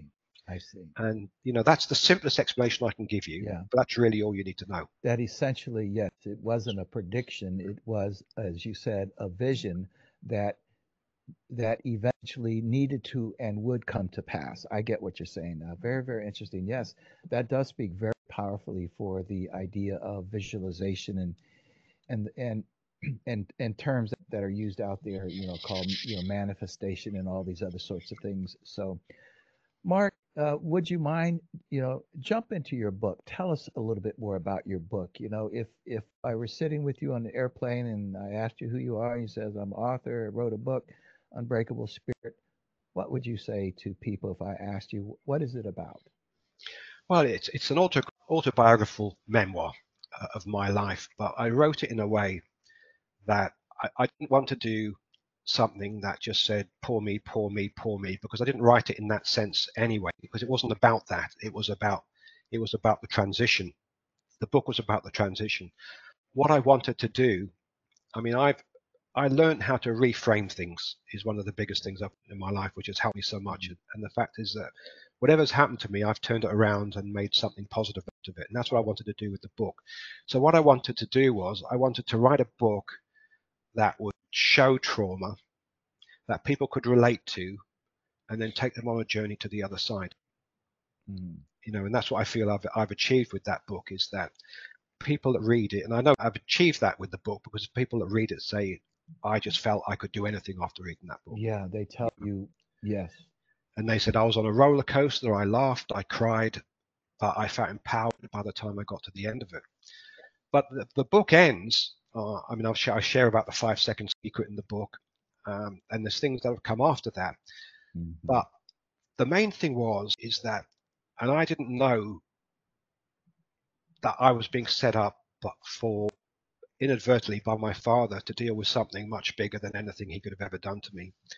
And, you know, and I've got a lot of gratitude for my childhood now, an incredible amount of gratitude. And I'll tell you why. And it's because I was feeling really, really sick. Now I'm going back 12 years ago. So my daughters are like in their late teens. They're at college. They both wanted to become dancers and performing artists. And we went for my daughter's last year. She was playing. She had to be in a pantomime in England for the Christmas, and she thought she'd ruined Christmas because the family was always together. We were a very, very close family, but she couldn't come home because of this. So we said, well, we're not having Christmas without Chloe. So we all jumped on a plane, hired a car, and we drove up to Chloe, and we hired this little cottage on a cliff. We didn't know it was a cliff till we woke up the next morning, and it was fantastic, and we had a lovely time. But I was feeling really ill, really, really ill. I'd been going to my doctor for several months, and he just said to me, everything I said to him, every symptom I presented to him, he says, well, you know, you're stressed. I'd say, well, I've got drenching night sweats twice a night. And he'd say, well, you would do, you're stressed. I'd say, but I feel like I'm poisoned from head to toe. And he'd say, well, you know, you would do, you're stressed, that's normal. I'd say, well, I've lost 3 stone in weight. He'd say, well, you know, you would do that. Stress. He seems to think that was normal to lose 3 stone in weight. Wow. So it's going. What is 3 stone in pounds? In in kilos, it's about 60, 70 kilos. No, about 60. I don't even know what that is, but okay. We're both showing how bad we are now. All right. Yeah. Not the area of life I was going to excel in. Well, but that's interesting because I asked you in pounds, but pounds is money to you. Yeah. Pounds is weight to me. Yeah. Well, 14 pounds is a stone, isn't it? So. Okay, got it. Yeah. All right. So I lost 3 stones. So it's about 50 pounds. That's a lot. 50 pound in weight. It's a lot of weight.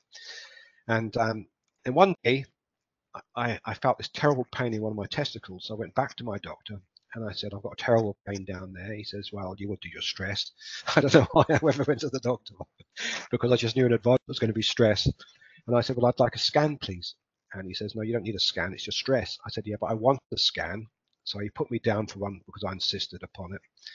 And he put it down as non-urgent. So I had to wait 3 months for it. And I went into the hospital. I had a scan. And then, you know what it's like, you badger them when you're in there, am I okay, kind of thing, you know, and they always say, well, you've got to wait till your doctor's results. But this woman actually said to me, she says, no, she said, you're absolutely fine. She said, you've got an increased level of heat in that area, which is indicative of an infection. So, you know, and then they gave me 6-month course of antibiotics, which unbeknownst to me would have been a death sentence, because I had this gut feeling. One thing I've developed and learned to trust since I was very young was my intuition. You know, if I ever ignore my gut feeling, I'm always sorry. You know, if I think, will I do this? And my little voice or my gut's telling me not to do it, and I do it anyway, I'm always sorry without fail. I always have been. Yeah. And I think that's true of most of us. Yeah. But I knew there was something not quite right with me. So I went home and I broke the cardinal rule. What's the cardinal rule? Never Google your symptoms. So I Googled my symptoms, and I came to this medical forum, which this guy posted exactly the same things as me: drenching night sweats, lost loads of weight, feeling poisoned from head to toe. It didn't help me at all. He just had the same symptoms. And I was just about like this, going down to press escape on the computer. Just as I was an inch away, this doctor responded to him, and he said, I don't like the sound of this. Go back to the hospital. Do not tell them you've been diagnosed with something. Just go and present your symptoms all over again. And because I'm not happy with what you just written down here that I've just seen. So I did exactly that. I went to the hospital and I presented my symptoms again. And this young doctor, only about 26, 27, felt under my arms and said, your lymph nodes are up. He says, I'm a bit alarmed by that. And then he felt the glands in my groin. He said, your lymph nodes are up there as well. I'm going to get the oncology surgeon. I didn't know oncology meant cancer at the time. Surgeon came down, examined me. He said, just come to my clinic on Monday afternoon. So we went on Monday afternoon. He says, bad news, Mr. Baker, you've got a tumor. He says, and we need to operate on you urgently. Now, I hadn't even started the antibiotics yet. But if I would have just accepted the hospital's diagnosis, I'd be dead now, because I had a 6-month course of antibiotics for cancer. which was never going to work, was it? So I've got this tumor in my testicle. He says, I'm going to get you into the hospital as a matter of urgency because I'm away on holiday in a few days. I want to get this done for you before you leave. So every day he called, said, we can't get you in. And then on Friday he said, we're going to open up the theatre especially for you. So be here for 8 o'clock in the morning and we'll operate. So I went in. There's an Indian lady waiting to take me in. I said, are you a Hindu? She said, yes. I said, would you do a Hindu prayer for me? She said, I already have done. I said, thank you. And then I went into the theatre. Came out to post-recovery, and then the doctor came up all pleased. He said, just to tell you, 99% certain you've got nothing to worry about. He said, I've got everything out. I said, 99%, what's the 1% for then? He says, well, just for precautionary, we've got to send the testicle for a biopsy just to make 100% certain that there's nothing nasty going on in there. And I had this terrible feeling, Mike was telling me something's not right here.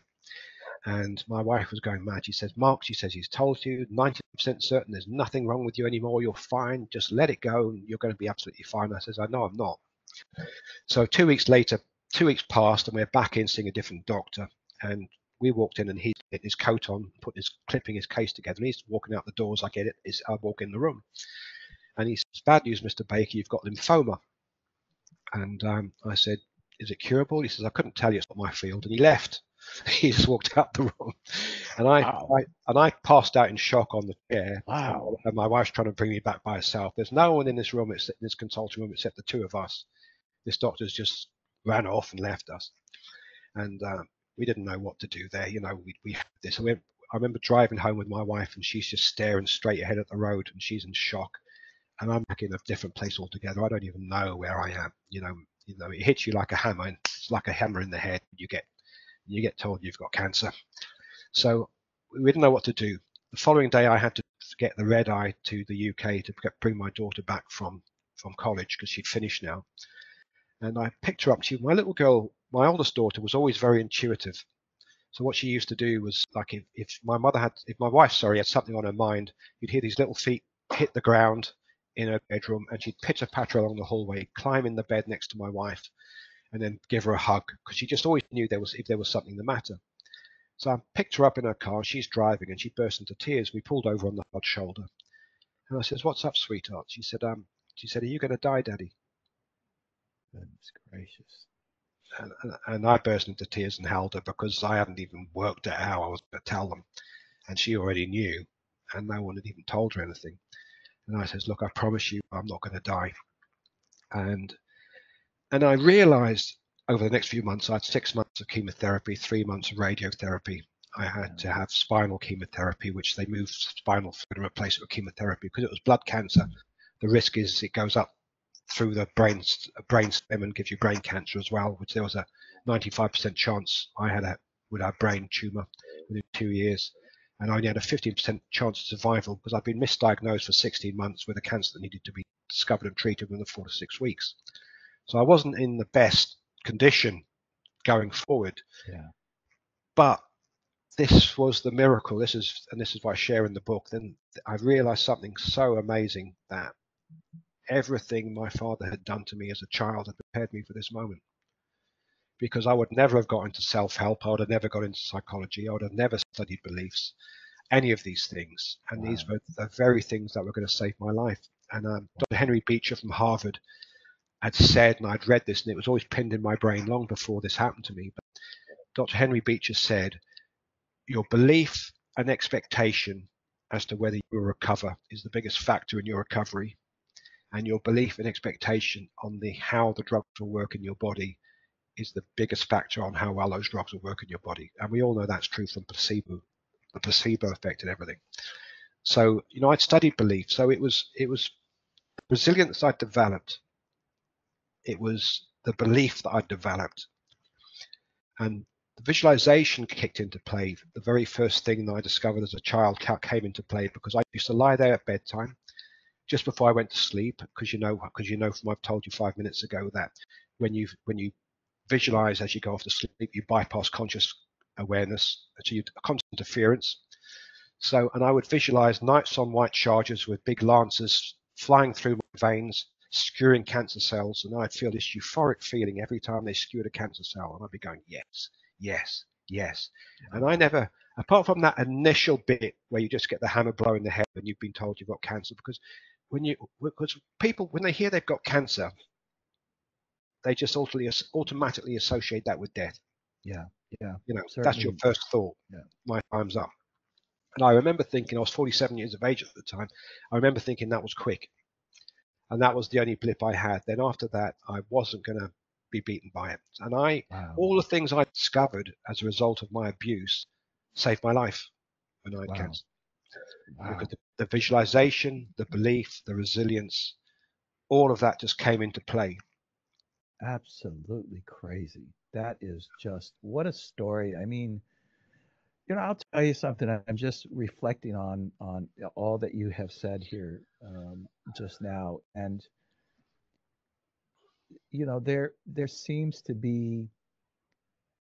I don't even know how to put it into words, Mark, because there seems to be some kind of uh, a spiritual component in your life that you're able to tie this thread all the way through. I mean, the associations and the connections that you made, and you said it earlier that the gentleman that said that you can only, I think you said it was Steve Jobs, that you can only connect the dots from looking backwards.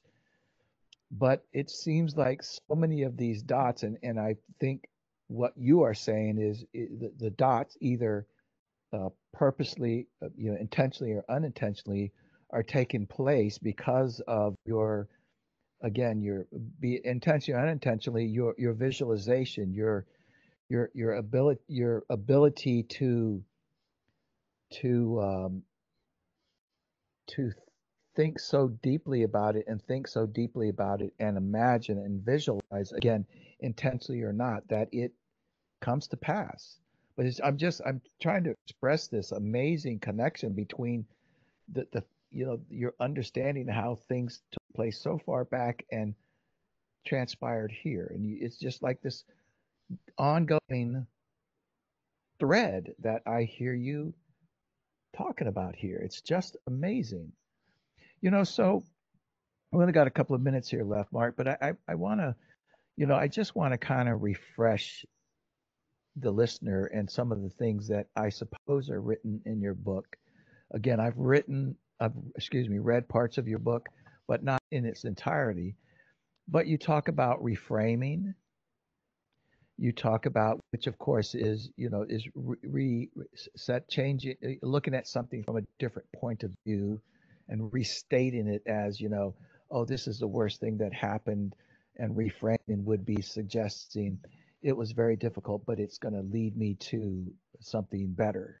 So that would be reframe. You talk about the 5 second secret, that when you are in fear of something, just count down to five and boom, go.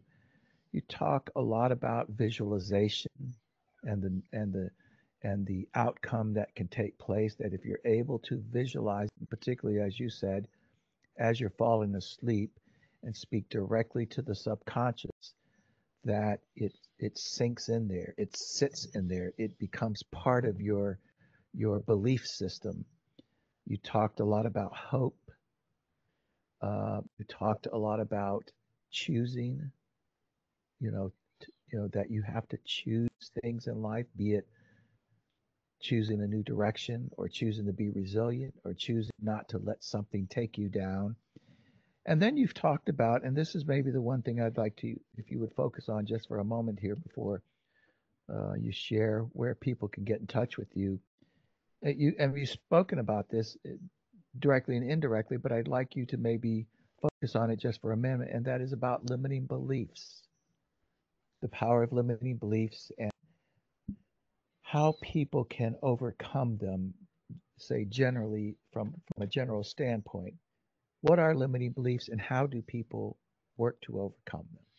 Well, limiting beliefs are mostly set up within us between birth and 7, 8 years of age. Aristotle said 2,352 years ago that if you give me the boy at birth, I'll return the man to you at 7. Now that sounds really fascinating, but no, it's like any good quote. People actually don't realize what it means. Like a picture paints 1,000 words. Sounds cool, but what the hell does it mean? No one knows what it means. Everything means something. And I mean, my wife told me one just 2 days ago. We were sitting in the car having a sandwich. I picked her up from work for lunch, and she says, do you know what Saved by the Bell means? You must have heard of Saved by the Bell. Yeah. Yeah. Do you know what it comes from? I mean, I assumed that came from boxing. No. No. In the 1700s and 1800s, a lot of people were buried alive because they thought they were dead when they weren't. Oh. So what they used to do was they used to put a bell in the coffin, so if they woke up, they could ring the bell. So if somebody woke up from being unconscious because they thought they were dead and they were in a coffin just about to be buried, and they rang the bell, that was what Saved by the Bell meant. That is unbelievable. I had no idea. I had no idea that till 2 days ago. I thought it was when you got knocked out right at the at the end of a round and the bell went off. You were saved by that bell, for another round. No, it's worse. It's worse. It's worse than that. Worse than that. Yeah. But it's the limiting beliefs are what's put into us between birth and 7 or 8 years. So you've heard my story from 7 to 8. So I didn't have much of a chance because my basic belief system was I was never going to amount to anything and no one would ever love me. Those are the two biggest things I had to overcome. Yeah. And that led me on to something else, which we'll touch on to that briefly in a second. But what I discovered was that belief is the driving force in our lives. It's the absolute driving force in our lives, and it's the key that unlocks the door to our potential, because belief is the foundation to every good thing that's going to come into your life. A lack of belief is going to be the preview of every bad thing that's going to come into your life, because if you've got it's a very simple impact thing that you can imagine. If you imagine that if you've got a limiting belief and you think you can't do something, how much action are you going to take towards achieving a goal? Very little. Yeah. If you take very little action, how much of your potential are you going to release? Very little. Yes. And then you're going to say, I knew I couldn't do it. Yes. But if you attack something with monumental high levels of self-belief, how much action are you going to take? You're going to take massive action, aren't you? If you take massive action, what's the result going to be like? It's going to be massive result. Or technically, it might not be. You might need to learn something on the way. But fundamentally, that's the way it works. The greater the belief, the greater the action, the greater the potential release, the greater the result. And that is a self-fulfilling prophecy. So low self-belief, low result. High self-belief, the corresponding action you take, you get a better result. So you're creating self-fulfilling prophecies in your life. Quite practical, isn't it? Well, it is quite practical if you know it, but no one really knows it. So, it's not practical. It can't be practical if you don't understand it. Yeah.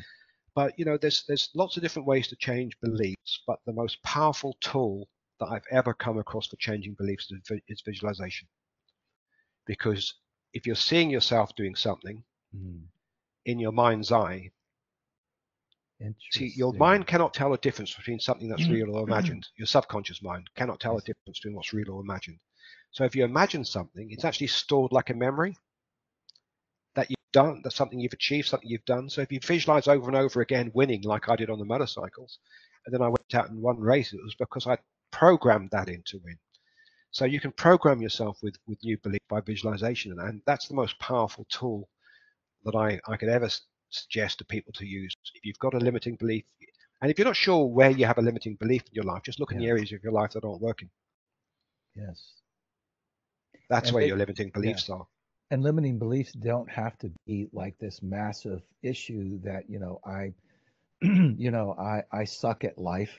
It could be something smaller that you, maybe a course that you want to take in mathematics, or you want to learn a new language, and you just think, oh, that's going to just be too tough, and I don't have time for it, and I'm not great at learning languages, and so you just let it go and you don't do anything about it, you see. The problem is that no fault of any parent, but we just don't know how beliefs are formed. Aristotle said, as I said before, give me the boy at birth and I'll return the man to you at 7. What he was saying was, what I say to your child between birth and 7 is going to dictate the man he is, because I'm going to instill beliefs in him that's going to allow him to do these things. How profound is that? 2,500 years ago. That was before Christ walked the earth, and yet parents still don't know that today, because it's never taught to anybody. No one knows. So you've got this period of time where you can set your, and this is, I'm wasn't limiting beliefs, but the critical period for beliefs is in that childhood. That's too late for us, but it's not too late for anyone with a child now. And oddly enough, is that through everything I've discussed with you today, my mission in life came from my life that came before me, because I had no self-belief. I know how painful it is, because having no self-belief is a really painful existence. It's a joyless existence because you enjoy nothing, because even when you win, you lose, because you think, when I used to win races, I'd mastered the inner game to win the races, but I hadn't mastered the part where I had the self-belief. I didn't have it. So I just thought everybody else was having a bad day. Yeah. So then I felt guilty when I won races, because I was winning and I wasn't entitled to win because everyone else was having a bad day. Well, that's just racing, isn't it? You have a bad day. Yeah, you know. But Yeah. so my mission came from that, because I knew how joyless my life had been as a child because of this lack of self-belief that I had. And, fast forwarding a little bit, I'm reading stories to my children in bed, and I got to, and every single parent, you've got children, haven't you, Kevin? Yes. Yeah, yes, right. I knew you did. Daughters and a son. Yeah, yeah. So what I'm going to say to you now, you're going to know exactly what I'm talking about, because every single parent has had this moment where you've read a story to your children, your little toddlers, and they're lying in their bed. And there's this moment that hits you one day when you finish the book and they've drifted off to sleep, and you're sitting there looking at them, and you see these angelic little faces, and you feel quite emotional, because you start worrying, who's going to look after them if something happens to me? What's the world going to treat them like? And you worry. Every single parent has that. Yeah. For me, that was an upsetting moment, because I knew then that the one thing every child needs is self-belief. And at the time my children were really small, I didn't have any. I really didn't, And that terrified me. And I sat there and I wept, that the one thing, I was so devastated by the fact that the one thing my children really needed, I couldn't give them. Wow. Yeah. Because, I got to understand the visualization, but it was an ongoing process. But at that period of my life, I just hadn't quite put that all together yet, But my mission became to make sure that every single child has a chance to believe in themselves. But it was a byproduct of not being able to give that to my own children. And I asked myself a really dumbass question. Have you ever embarrassed yourself to yourself? Probably. You say something in your head and you think, "Oh, that was dumb," and you stupid, go and you go bright red to yourself. There's no one else in the room, but you go bright red. Yeah, I can't believe you did it. Yeah. Yeah, you embarrass yourself to yourself. Well, I asked myself one of those dumb questions where I embarrass myself to myself, and I asked myself the question: is there a physical way of instilling self-belief in children? Because I didn't feel I could do it any other way, because I hadn't quite put that together. And I had a dream, and I had this dream about this little girl who said she couldn't do mathematics. And the next morning, her father said, "I'm taking you to India." When I was traveling over there years ago, and I met this wise man, and I think he can help us. They flew to India the next morning with his daughter. They climbed up this mountain, which was really like a massive big hill, which they managed to walk up to the top. And there was this little cave at the top. And this old man invited them in. He was joyful. He remembered the man, hugged him, took him in, gave him a big hug. And he said, "Sit down, tell me what your problem is." And the father told him about his daughter's lack of self-belief, and the teacher told her she couldn't do maths. And this little old man in a loincloth and this big wispy beard went to this hole in the wall in the cave, and he brought out this old dusty box, and he dusted off the dust off the box, and he took out this bracelet and he put it on the child.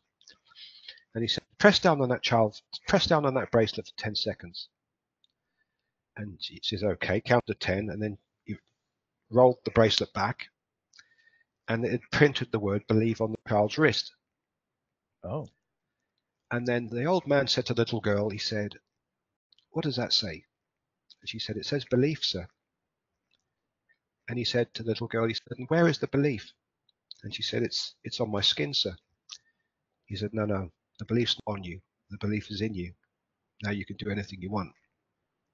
Wow. And I woke up from that dream, and I scribbled it all down. And the next morning, I invented that bracelet. I'd got an old bracelet bangle off my wife. I'd cut out some bits of metal, and I'd stuck them on with super glue. This was in days super glue actually worked, so your fingers are stuck to it and everything. So you have to cut it off with razor blades to try and get them off your fingers. It doesn't work anymore, but that's what it used to be like. And then I made this bracelet, and I the next night, and oddly enough, my daughter was having trouble with maths, and the teacher told her she was worse in the class. And I'd scribbled down that story about the wise man that came to me in the dream, and I learned it over the period of the day. And I told them both a story, and my older daughter was looking a bit glum. And I said, "What's the matter?" She says, I'd never called it a magic bracelet. I didn't even think about that. It was just a bracelet.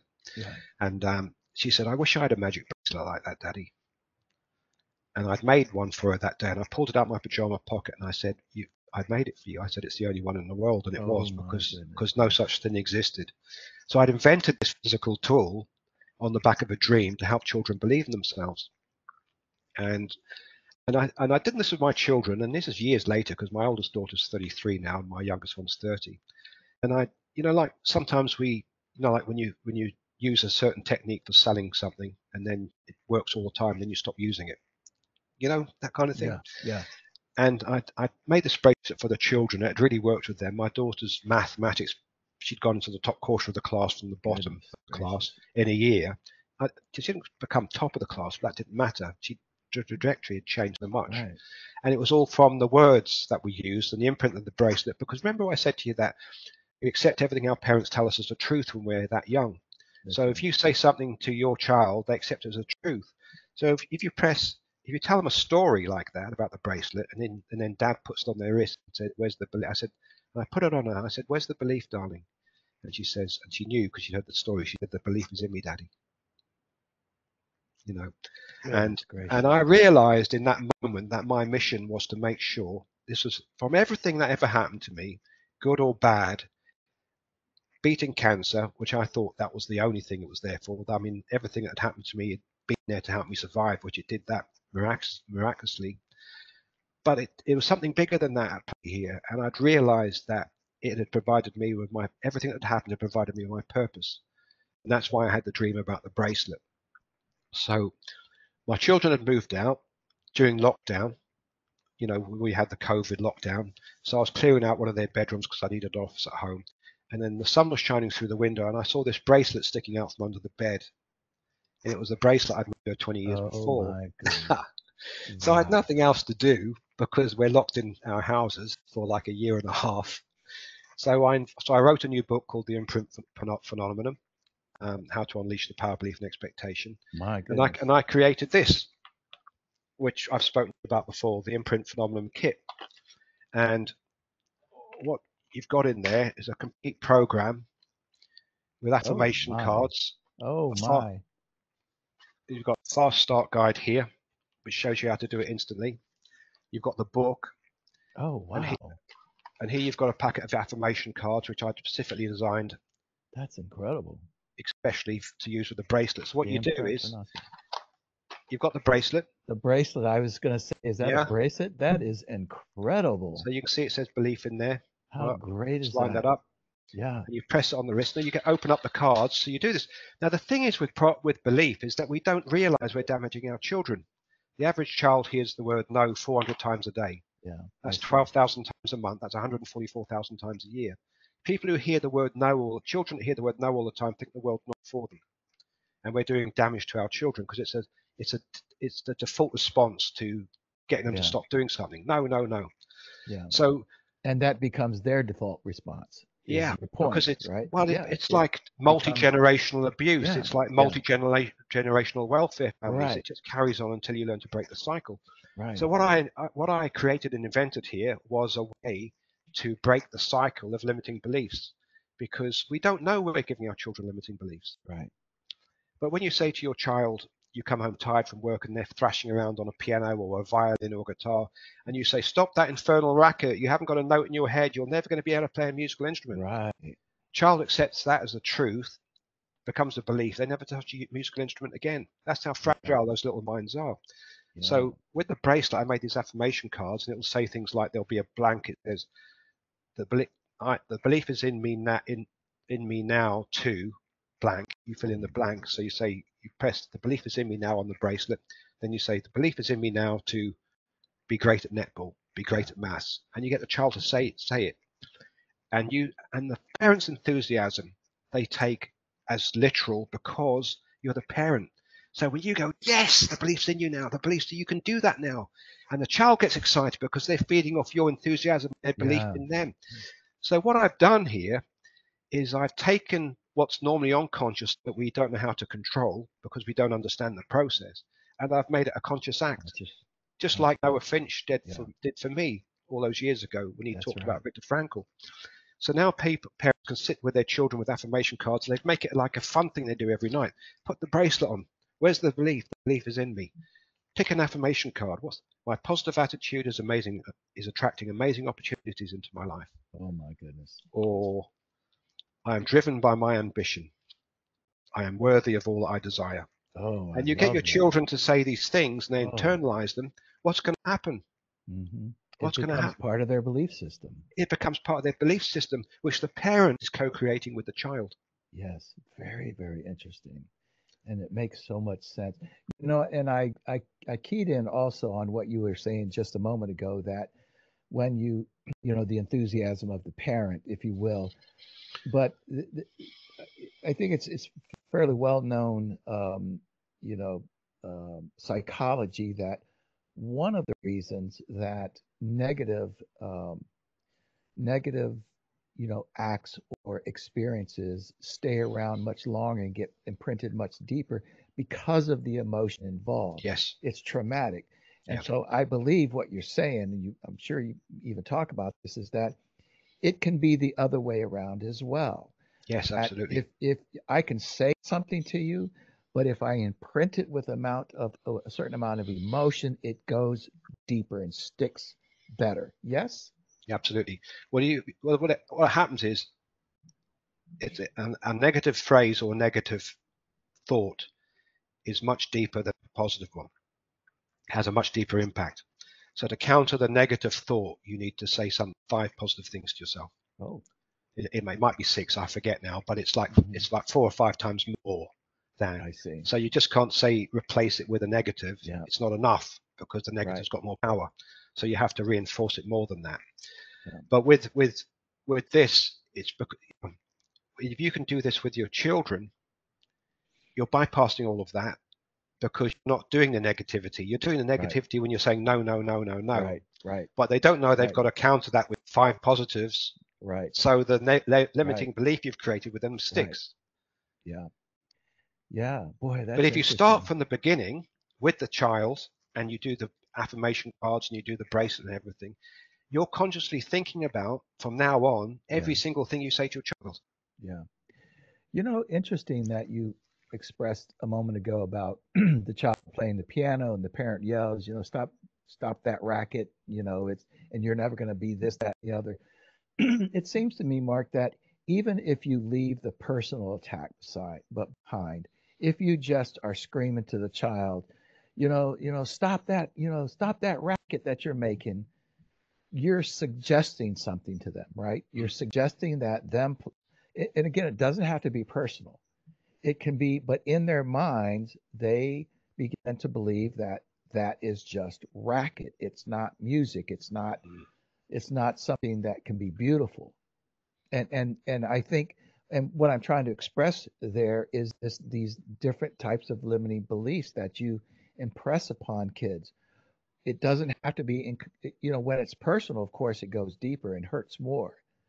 But just to suggest that what they're doing on the piano is a racket, that gets imprinted in there as well, right? So maybe later in life, that's how they think about music or playing piano. It's just a racket. It's not of any benefit to anybody. It's not good. It's a racket. It's exactly that. But we don't realize the power of our words. Exactly. Okay. So you think about this for a moment. A parent says, a child comes back with a report card and they get an F in English. And the parent says, oh, don't worry, I was never very good at English either. You're just like me. Yeah. Game over. Game over. And the parent was trying to maybe be a little conciliatory, or I should say, just trying to save the kid from themselves. But by doing that, they actually imprinted something negative into their mind, correct? You were just like me. I couldn't kick a football straight either, or Right. I Exactly. always had two left feet. I Yes. always had Yes. whatever. Yes. So you're Yes. telling them they're just like you, And you're not going to amount to anything when it comes to and you're math or God to anything else. them, Yeah, that's and you're right. God to them. So you accept it as a truth. It becomes true for you Right. as well.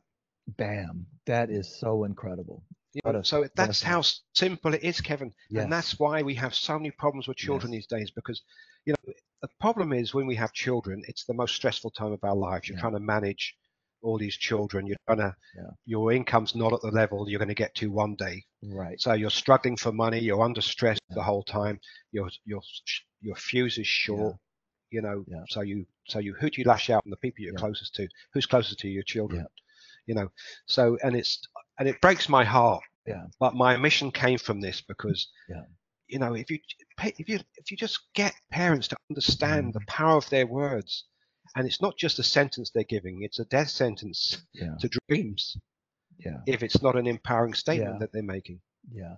Yeah. And I do believe, and I would certainly say this was, I could just speak for myself as a father. My intentions were always good, but, but, but to your point, I don't recognize in the moment of raising my kid or in the moment of frustration or whatever the case might be, the impact that I'm having on my kid, despite my intentions. The idea is to be able to train yourself, whether it's as a parent or for yourself, to be able to first to understand that words have meaning, that they're very powerful, and to learn how to project good words into the minds and hearts of your kids.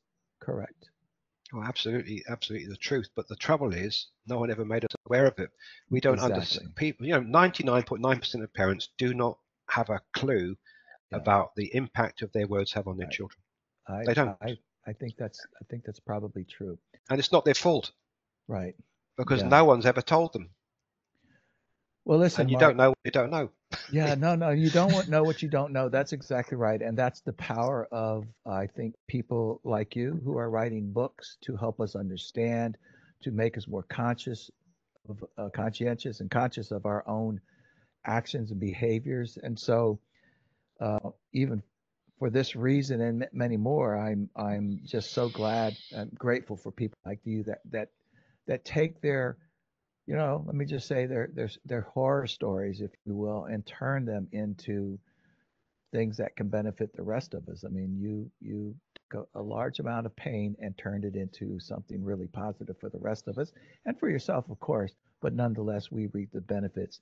Mark, can you just tell the folks listening and watching where they can find you, where they can find your information, your books, all of these other sorts of things? Okay, well, my website is thebeliefdoctor.net. So www.thebeliefdoctor.net. You can find most of my stuff on there. If anybody ever wants to email me, because I'm sure this has raised a lot of questions for a lot of people. Yeah, If they I want to hope. I'll answer everybody that drops me an email. I will answer if they've got a question. Very nice. I get a lot of calls from people that have suffered various things from assault to cancer or just limiting beliefs. Yeah. And I'm more than happy to correspond with anybody that needs some help. And they would So get a hold of you on your website or yeah, your. there'll be email contact Okay. placed on the website or on my direct email. One of the ones I use quite often is markbakerspeaks@gmail.com. Mark Baker Speaks at You're probably going to put gmail.com. these in the link I'll anyway, aren't you? put all of those Yeah. in the show notes Yeah. and so forth. Okay. So, and you're obviously on Amazon. People can find your books there and this sort of thing, right? Absolutely. All the books Yeah. on Amazon. Yeah. And then of course the program that you have there, which I think is brilliant, 100% brilliant. That bracelet. Wow, what a great idea. Well, I'm very proud of it. But Yeah, that was I a can tuition imagine. working. It was amazing. That was not. I didn't decide to do any of these things. They just came to me in various ways. That Yeah. happened to come to me in a dream. Yeah. And when I had that dream, I just realized that was my life purpose, to make sure every child has the chance to believe. Yeah. That's where the ultimate Yeah. ending is for me, to Yeah. do that. Yeah. That's the end game for me, Well, helping children believe. let me just imprint upon your mind and heart that, Mark Anthony Baker, you're a great man. And I appreciate everything that you have done here and shared with us today. And I hope that many people will reap benefits of this for a long time to come. It's been my pleasure. It's been great to share this with you. Thank you so much for being on Grow Yourself, Mark. Thank you very much, Kevin. Take care. Bye. You too.